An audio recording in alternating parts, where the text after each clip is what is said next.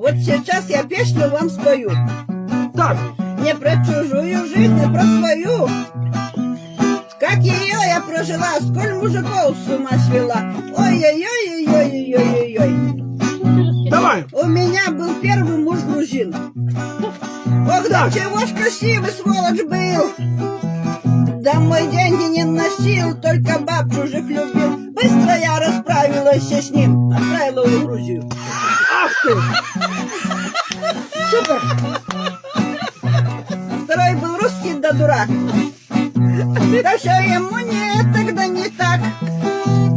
То я борщ плохо сварила, то ширинку не зашила. Не угодить ему было никак. Играй! Выгнала тоже. Третий муж у меня был мордвин.